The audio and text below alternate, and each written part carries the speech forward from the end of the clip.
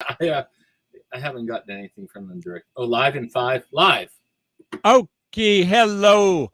Good evening. Hope you are doing well. I am Nat Capellis, and with me is Brother Scott Sweetman. How are you doing tonight, Brother Scott? I'm great. It's a nice night out. Lots of amazing things to talk about, and I'm here with you and our viewers. Couldn't be any better. Excellent, excellent. And you got a theme for us. I can feel it. You probably told it to me, but remind me, what is the theme? Part 2 of imagination and fantasy and how that affects us. Is it good for us? And we decided last week pretty much that it's good for us. And we talked about, health and how to deal with trauma and how imagination is being used as a curative modality in a lot of different treatments. Right. And this week, we're going to talk about a little bit more about what imagination is and isn't, but how we can build that imagination muscle and what we can expect from it when we do. All right. Sounds amazing, right? If you have a capacity and you can make more of that by exercising it or utilizing it, right?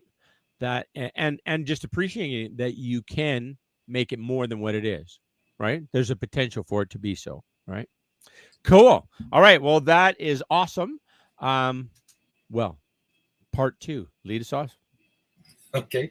Well, I'll start off by an antidote, I guess. An antidote story. My grandfather always used to think that people who worked out were kind of silly because they would do all of this work, but nothing was ever produced from it. They gained muscle from it and health, I suppose. But he always thought, well, they could be lifting bales or fixing fence or, running down to the neighbors to pick up cream or something that produced. Does it require physical effort? Yeah, sure. Yeah. So he didn't really understand the concept behind gyms. Yeah. He understood being in good health, muscles. And imagination is one of those things that it's not like weightlifting, that every time we exercise our imagination, we're actually producing something and not just greater imagination power. We're actually building new neural pathways. We're creating new associations. So anytime we're engaged in imagination or any of its connected modalities, we're building, we're creating in ourselves and the world around us. Cool. Yeah. So it's not, and this is what I found really interesting. How much do you think we daydream, Al? It's going to be a huge amount, right? It's going to be like 25% of your waking day. That was a good guess, but it's actually half. Half of your waking day. Yeah, half. And this is using neuroimaging again. So humans spend about half of their time doing what laymen call daydreaming. Scientifically, though, it's known as a stimulus independent thought or thoughts, okay? Meaning that our senses aren't relaying information, but a set of brain regions called the default mode network, in another place is called our mental workspace, are incredibly active during stimulus-free states. Whew. But when we're focusing our attention on something, these areas are all repressed. They're all repressed. Yeah. So when we concentrate on something, we're not creating something. The areas that we create from are shut down. Okay, well, wait a minute. How about like a flow state type situation? Like that, that is a creative place as well, right? To be in a flow state. But if you're wandering, so you're open, right? Concentration is when you close down, right? When you narrow that focus down. To most people, when they think of concentration, it means there's no disturbances, there's no wandering. Where I think what you're getting at is what science is telling us is that, in fact, the opposite is true, that when we're in that non-stimulus state, or what do they call it, the default mode network, the massive areas of our brain are in fact very active and are creating things.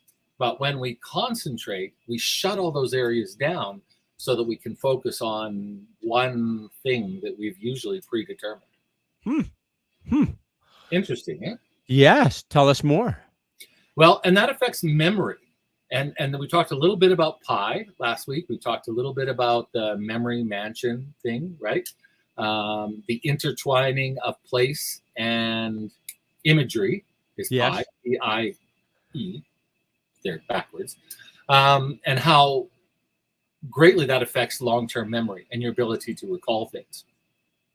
Well, this default mode network, this state of daydreaming or letting our mind wander, if we will, is actually incredibly productive to us. And they've found that by developing that ability, that leaders and other people who want to have that creative advantage or quality in their life actually excel. Sort of counterintuitive, right? Mm-hmm. Yeah, that's true. So, and how we get there is we live in a time now, no other time in history has knowledge been basically worthless. Okay, knowledge is worthless. Basically. Okay. One of the articles I read said so easily available, but means nothing unless you can apply it. Is that well, what it used to be that knowledge was the basis of our economy. right? If I knew something you didn't, I could charge you for it. Yeah. Right. If I knew, go back to the Stone Age, you know, the guys who figured out how to make bronze, they were rocking it. They were like the rock stars. They could make stuff that would last and, you know, way better than wood or stone could. You know, somebody's chipping away their flint axe, and Joe, who knows the secret of bronze, he's just rocking it. He's like, chop, chop, I'm done for the day. You know, go back and chip your rocks. You want some of my knowledge? You're going to pay. I'll take 2 of your dinos and 3 of your Tyrannosauruses or whatever they used as currency. I'm mixing it. Bronze Age had currency. I apologize. That was very enlightening, Scott. That was you were on a roll. No, that was great. That was an exercise in hubristic pride, or hubris at the very least. Anyway, yeah, getting back to where we were, is that, yeah, in history, knowledge has been the foundation of our entire economy. People say, oh, no. Now it's so easily available, right? Step me through the rest of it. Talk to me like I'm a 5-year-old, Scott. Well, if you're a 5-year-old in today's world, you know how to ask Google a question. You know how to go on the internet and use one of the tools that were designed for somebody of a very young age to retrieve information. Or if you're a little bit older, you can go and chat GPT, and every second of every minute of every moment, that AI is collecting information that's available to anyone who wants to ask it. Yeah. So information is no longer the keystone to the economy. Did you know that for every minute, in every minute, there's 50,000 hours get uploaded to YouTube every minute? I didn't know that. Yeah, but it's like how, anyways, huge amounts of data, right? Well, what it's coming down to is that so leaders of corporations, leaders of countries, leaders of communities used to be able to trade on their knowledge. You know, we think about the wise people, right? What did they have? They had knowledge. They knew things that other people didn't know. Right. And that allowed them to make decisions, more appropriate decisions. It allowed them insight into things. Well, now anyone has access to all of the information basically that exists in the world. And it doesn't take much effort anymore. I'm exaggerating a little bit, but the truth is that information just is everywhere and we can easily retrieve it. What's really interesting is there was an experiment, interesting to me anyway, when I went through junior high school, so like grade 9, 10, 8, 9, 10, they had an initiative where they had come to the same conclusion, that we didn't need to learn knowledge. We needed to learn, how to create. So we were allowed to have calculators, we were allowed to have dictionaries, because information was not valuable. And so they taught, in our school division, they taught a certain bracket of ages in a new way where learning how to learn, learning how to be creative was valued. So when you wrote a test, how you went about answering the question is how you got scored, not necessarily whether you had the right date, whether you had, because that information is easily obtainable, right? Mm-hmm. That was the idea. And we've sort of gone back to that now, where leaders in every area are valued because of their ability to create, and creativity has become the new currency. Remember last week when we talked how imagination was the two types of imagination, constructive and reductive? Is that the two? Yeah. Right? Yes. Yeah. So one is where, I ask you, what did your house look like? Right? And so you pull, okay, I remember there being something blue out front. I remember there being hydrangeas. It must have been blue hydrangeas. So that becomes part of the picture. I remember, having grandpa talking about, the whitewash. We used to have to whitewash the house until we put the siding on it. Okay, so the house had siding. So very quickly, your mind builds this picture of your childhood home that's more or less correct, but is built from many actual pieces of fact, right? Mm-hmm. And the other type of imagination is where we pull things that are not connected. We talked about the poop sandwich, right? You don't have to eat a poop sandwich to imagine, I don't like poop. I certainly don't want to eat it. And I know what a sandwich is. And the two together are not something I want to be a part of, right? So that's creativity, where you don't actually have to know something or have experienced it to interpret the information about that, right? So it's caused a paradigm shift. Business schools like Harvard Business School, the London School of Economics, places worldwide that are famous for teaching leaders are starting to teach imagination. Now, that's a complete 360 from the days where if you were caught, staring out the window, you get your knuckles wrapped, right? Concentrate, trying to learn here. Did you ever hear that? I did. Yes. So the research now is really pushing people forward to learn how to imagine and how to create. And leaders, traditional leaders, are going back to learn and improve those skills. And it's no longer something to be sort of quiet about. It's something to explore and to increase and develop. When do you reach that state, Al? When do you find yourself daydreaming or wandering? Well, if it's half the time, I am obviously unaware of it that I'm doing it, right? And I think that must be the case for most of us, right? Yeah, it's an average too, right? So yeah. So I'm not even, if you're not aware that you're in fact doing it, I don't know. Probably, I'm sure sometimes when you're driving, right? Yeah. You're on. There's not a whole bunch of inputs involved, right? You're down, and there's not you're staying in the lines and got the cruise control on. Yeah, I don't know. There's one of the researchers was talking about increasing imaginability, and that's what he coined the term for the skill of imaginability. And he said that most creative people stumble upon their tool. And what he was talking about is that a lot of people, to increase our imaginability, take a bath, go for a walk, read a book. Right. Usually we have some kind of ritual. And I talked before about, I don't smoke, but I like to smoke a pipe once in a while, a tobacco pipe, because there's this very fine ritual that goes along with preparing it and getting it ready. And, the whole thing might take an hour, where the tobacco smoking part takes, I'm not saying go out and smoke tobacco, but that only takes a few minutes compared to the hour it takes to, get everything ready and clean everything up. It's like the tea ceremony, right?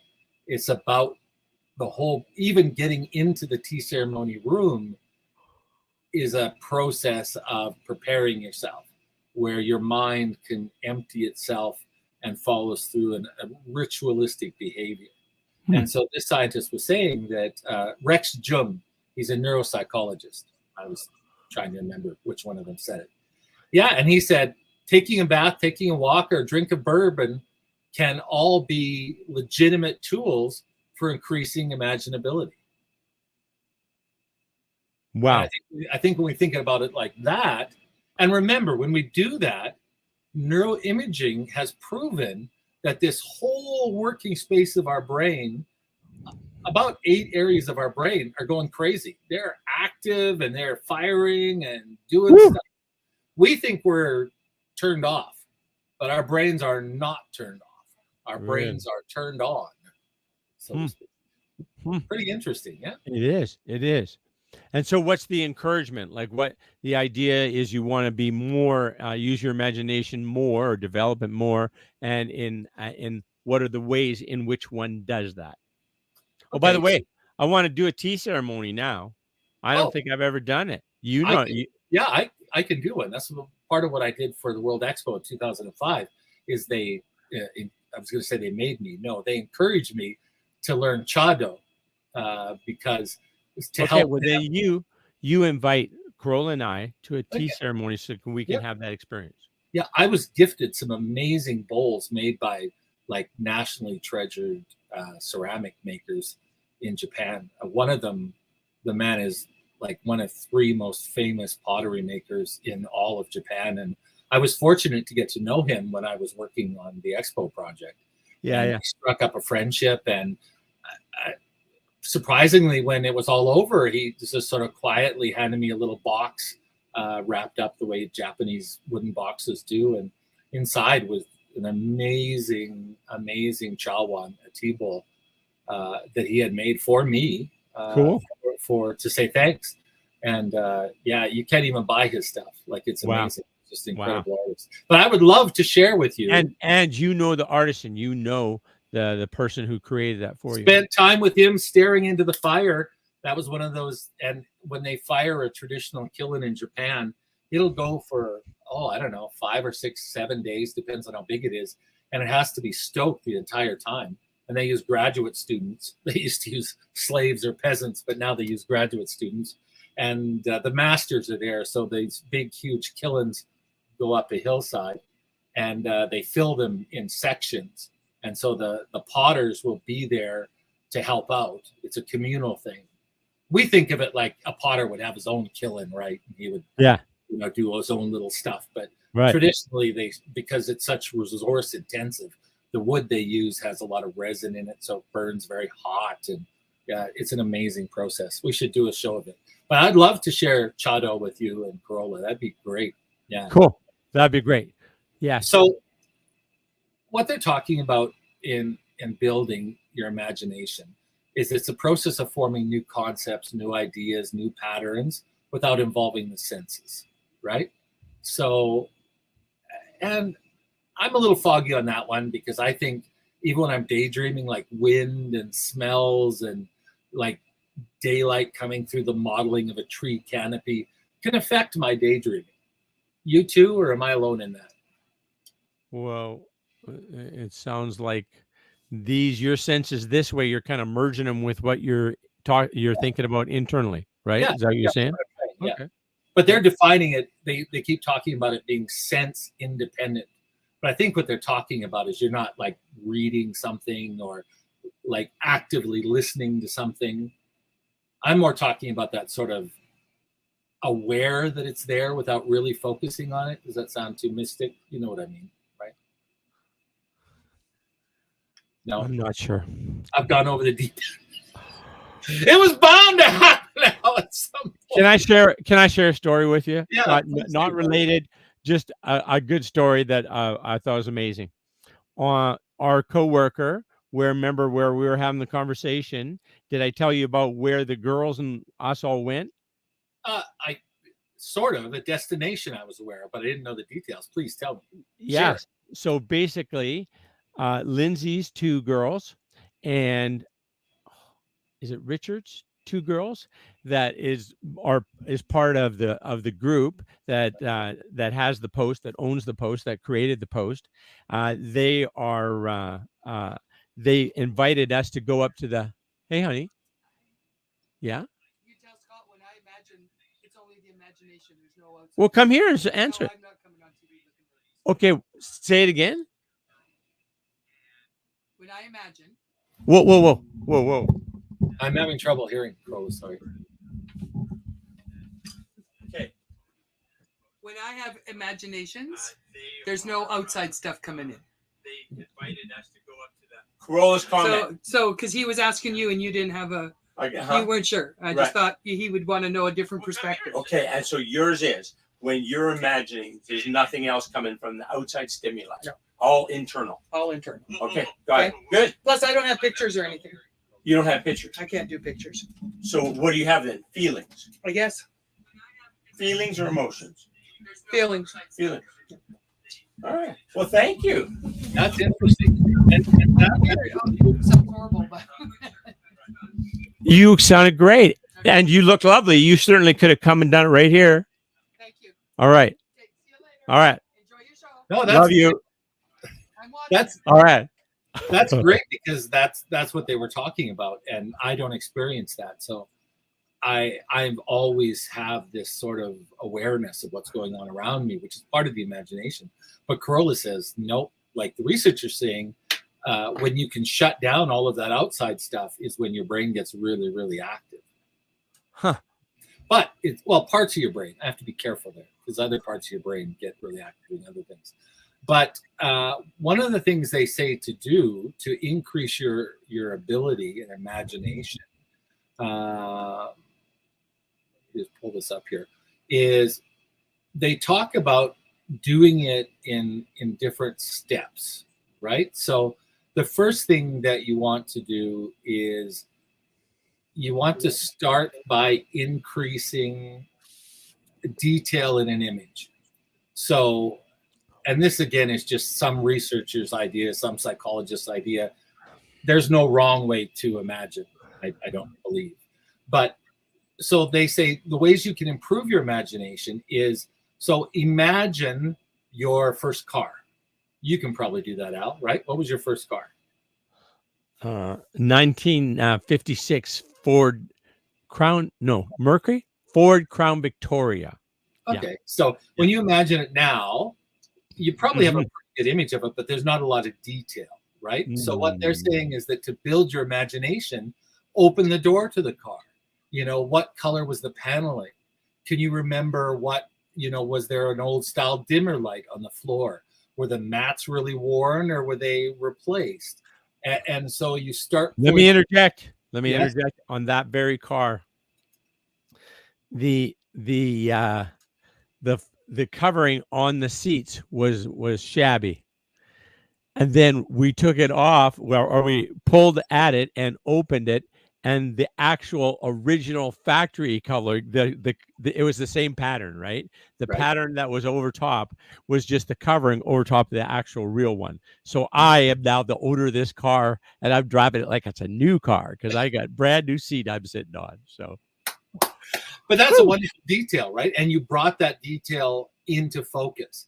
And so they're saying that that's a great way to start building your imagination. Because memory and imagination, we talked about last week, are almost defined as the same thing, right? So that constructive, okay, so wait. So the only thing that is involved is time then? Like a memory is a past and imagination is the future? Or the imagination is present and future? Imagination can be any time. It's really just about bringing back bits of information into the present and then either arranging them into the approximation of something that you remember or something that you've experienced, or it's something you create. And that's sort of how I've broken it down in my layman's terms. So when we remember something, we don't get a perfect image of that. We get a composite image of that that's pulled from lots of different bits of information and memories. And our imagination is key to constructing that memory. And that's why, like 6 different people will remember the same thing 6 different ways, because they pull, besides perception, in terms of memory, they pull different pieces together, right? And so the image is slightly different. Have you ever had a conversation with a sibling or a partner where you both were present at something, but you remember it quite differently? Oh, pretty sure. I'm sure. I cannot recall, but I would imagine that has happened. That sounds like something that could easily happen. And it happens to everyone because you fill in the gaps. Your imagination puts it all together in a picture that makes sense, right? So, for example, often men will remember their female partner, it could be a male partner, their partner, significant other, with their favorite hairstyle, even though maybe at that exact time they weren't wearing that hairstyle. Do you know what I'm saying? But their memory pulls it together into a picture that is a memory, but it's in fact a construct of different pieces. So they're saying to increase your ability to imagine, your ability to build with your imagination, start filling out the detail in mental pictures. So imagine an old loved one. Imagine, I was thinking of a pet when I said that. I didn't mean like imagine your old grandfather, but imagine something that was important to you and start to fill in more detail, right? Like the color of the eyes, what, the texture of their skin, the sound of their voice, the smell of their, their room or their, and it can be done with anything. It can be done with cars, houses, places that you visited, anything at all. And that's the first way to imagine, build your imagination. Cool? Yeah, cool. Yeah. Second thing is, and this one kind of got me, is motion. Start to imagine motion. Okay. And I'm like, hold on here. I had to read it a few times and I had to look it up in a couple of different places. So what they're talking about is often when we have a memory, and that's why what Carola said was so interesting, because she said there's no pictures in her memory. Oh, Carola's coming. Apparently, I want to be a part of this conversation. All right, Carola's coming. Come on over. All right. Okay, I have something interesting. Hi, how's it going? Good. Here. So you're talking about imagination and your brain filling in, right? Yeah. So I have early signs of glaucoma, so I've researched glaucoma a lot, and I always thought when you have glaucoma, you lose your peripheral vision, which is true, but you'll never know it. And the reason you'll never know it is because your brain will fill in the details that your other eye sees. Right. So the dangerous part is, the old Beatles thing where there's 4 people walking across this crosswalk. Right. You might only see it as 3 when you have glaucoma. So your eyes will see the first 3, say this eye is going bad with glaucoma. This eye will see the first 3 people. This eye won't see that fourth person. So then your brain will fill in everything that your other eye saw as the rest of the vision. So that's why glaucoma is so dangerous, because you won't know, but you'll have blind spots in your vision that you don't know about because your brain filled it in. Right. So you're in your imagination where you need to be in your present moment. Well, you're not in your imagination. It's really not about imagination. It's about what the brain can do. Yeah. Right. So it does it. And there's other examples that I can think of where our brain does fill in that information. Yeah. And I know, like in computers, in pixelation, we don't need to draw a perfect line. We only need to draw every third or fourth pixel, and the brain sees them as a straight line. Sure. How about? Sorry, I interrupted you. How about those things where they have the words spelt like read, EARD, right? And they have a whole paragraph, and you can read the whole thing because your brain just sees the letters and it reorganizes everything for you, right? Yeah, that's another great example. I love those things because they, at first you look at them and you, no big deal. You read it, and then you go back and you're like, whoa, that's not even a language. It's just gibberish. It just looks like gibberish, right? Yeah. So when you imagine things, and your case is really interesting because I didn't come across that, and I read 24 articles on people's imagination. But so you imagine emotion, or do you ever preempt? I don't know. Like I'm not really sure. Like I just like say I'll imagine a scenario, right? You know, if you want something to go well, you might imagine the scenario, and I don't really feel tactile about it. It's just kind of a I don't know, I'd say it's a feeling or something, right? Like it's yeah. That was one of the other steps they said is to increase imagination. Try to imagine what things smelt like or taste Oh like. yeah, yep, yep. So the middle one, the one we were just on, was motion, like trying to imagine. Because when we imagine, like when I think of my grandparents, they're usually static, like a photograph, Right.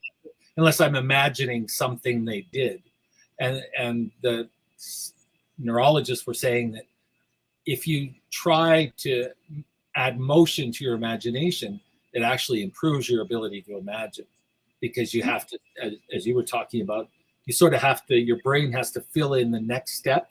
And the next step is like the old flip books for cartoons. You know, you draw a pose and then you change Right. a little bit, you change a little bit. Right, flip, right.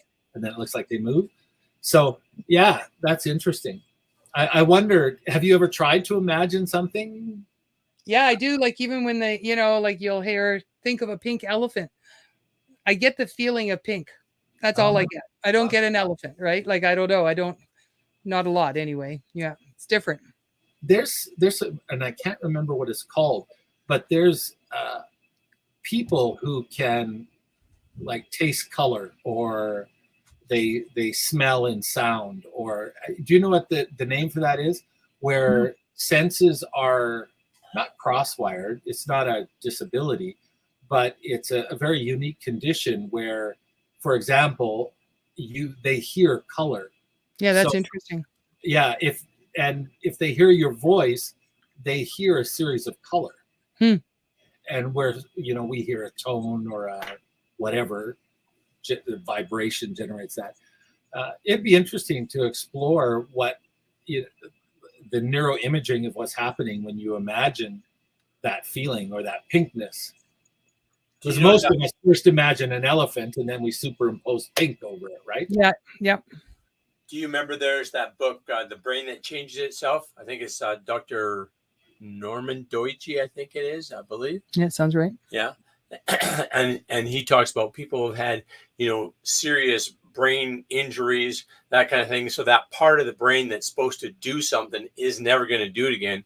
And another part of the brain figures out a different way to make it work, right? Yeah. It's just like, you know, where you can hear when you don't have an ear, right? And they say, well, you can't hear, but somehow you can. Yeah. Yeah.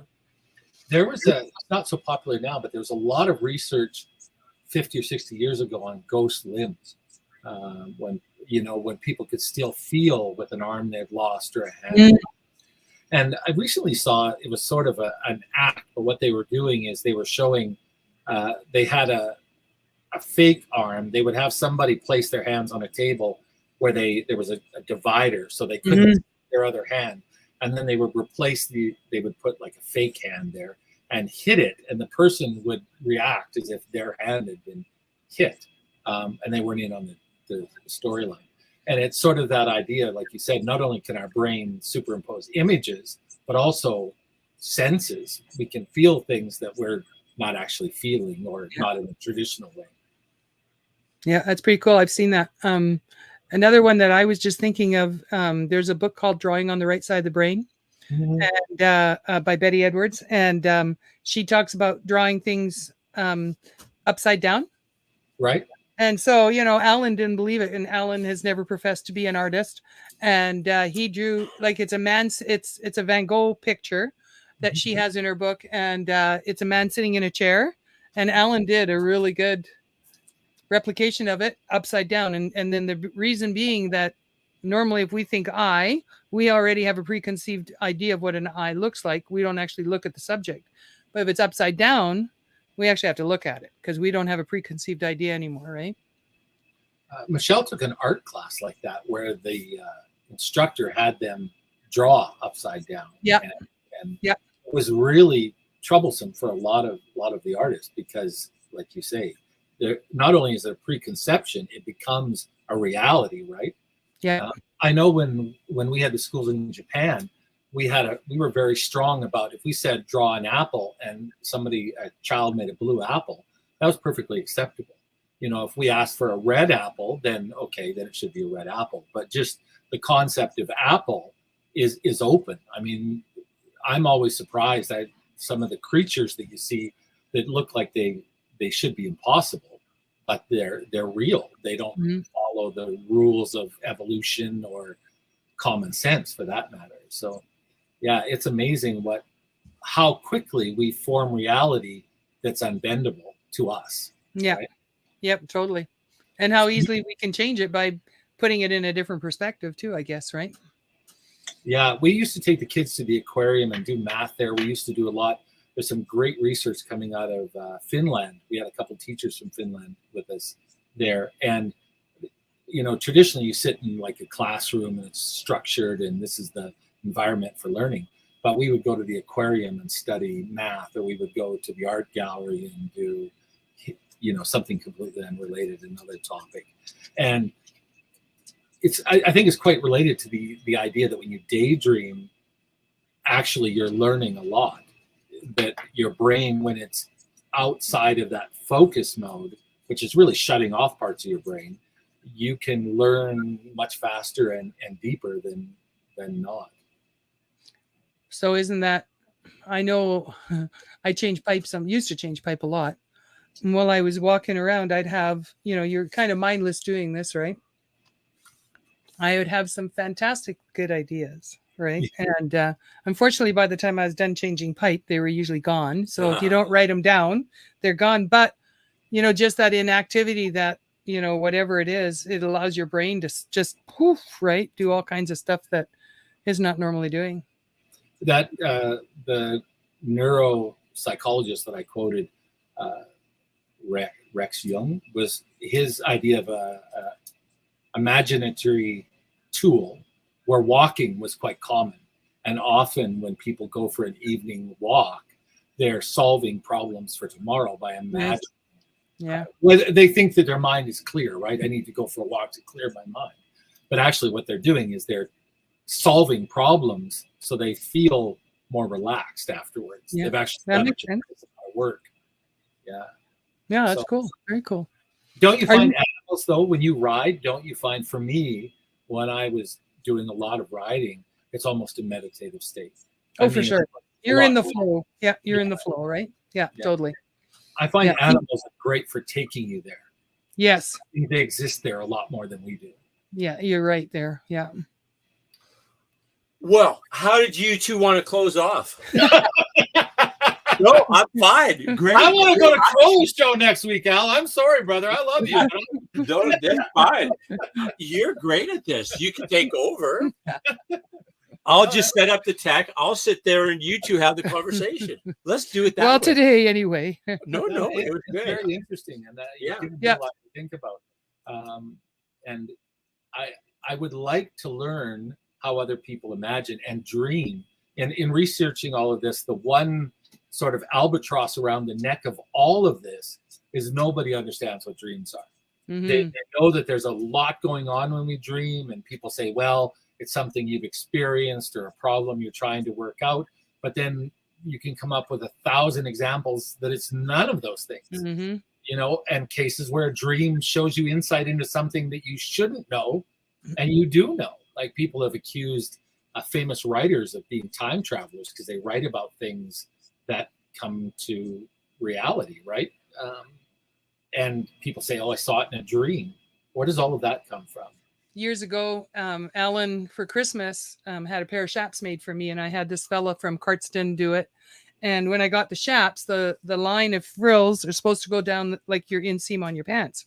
Right. Well, he had done something with the pattern, and the frill went down the side, and it ended up on the inside of my leg instead of the outside of my leg. And I called him and I said, can you fix this? And he's like, no, we're going to have to start over. So I went to bed that night. At 4:00 in the morning, I woke up and I was like, what are you doing? I said, I know how to fix the pants. And so I've taken a lot of seamstress courses, right? I got up and I figured out what I had to change. And it was like, I knew when I got up, I knew what to do. I knew how to fix it. Took them chaps back to the guy. He fixed it. And then he always credited me that I had fixed his pattern. Wow. Yeah. That's brilliant. Yeah, it was pretty cool. Yeah. So you dream in images, though. You don't imagine, but you do dream in images. Yeah, I think they're black and white in my dreams though.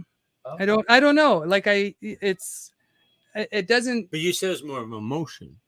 No, my dream. He's asking about my dreams. Dreams. I have images for sure in my dreams because I have people and places and stuff. But I feel like it might be black and white. Mhm. Yeah. How about you? Are your dreams color? I have, ever since I was a kid, and I think it came about from the trauma of my parents being divorced and related things. Is I can change my dreams. I'm aware that I'm dreaming, and I, like if I'm fighting a monster, I can get a weapon or Nice. a vehicle or those types of things. So it's something I've always been able to do. When I first got out of coma, I didn't dream for about 2 years, or I wasn't aware of dreams. It was like I would have liked to have been hooked to a machine to see if I was dreaming, because when I was in coma, it was lividly real. It was no different than us talking right now. The whole time I had an existence in there, not of this reality, but certainly a reality. Really interesting. And then when I got out, I didn't dream at all. But now I've started to dream, and I can, if I'm at risk or in danger or want to change something, I can change it still. So Nice. That's really I think that goes down to self-confidence and stuff, right? Being, yeah, it's usually monsters and silly things. But as a kid, I suppose that was very protective. Maybe it's because you're an adult now, and so your adult self says, "Hey, I can take care of these." Yeah, I no problem. Somebody will do it. Yeah. So no, it's pretty cool. What about you, Al? How do you dream? Not sure. You've got to dream in song, man. Come on. There's got to be music in there somewhere. Okay, probably, maybe. Does Al sing in his sleep, Corolla? Does he? No, he talks in his sleep sometimes, but I haven't heard him sing. Oh, yeah. What do I say? I don't know. I usually go, "Hey, what's that?" And then it's kind of Well, or it woke me up, so then I didn't understand it, right? And then you don't repeat it. Let's put it. Sabrina used to carry on full conversations. Is that right? Yeah. Yeah, you could talk to her for an hour in her sleep, and she would answer usually fairly intelligently for her age. Wow. And, never remember any of it. So. Wow. Huh. Well, thanks very much, Corolla. So Yes. Yeah. Thanks. tonight I have Thanks to for say letting me thanks very craft your much. episode. No. Yeah, it was No, a good one. Great episode. Scott has our ending. Scott. I Sweet was Scott. getting there. I was going to adapt it and say tonight, my good friend, the acapellist Alan Friesen, and his lovely wife, another amazing person, Corolla Friesen, joined us. And I hope it's something that happens again. Please come on again. Feel free to just set out off to the side and join us anytime. Okay, sounds good. Thank All you, right. Scott. Okay. Good night, Good night. everyone. Take care. Good night. Thank you. Mm-mm.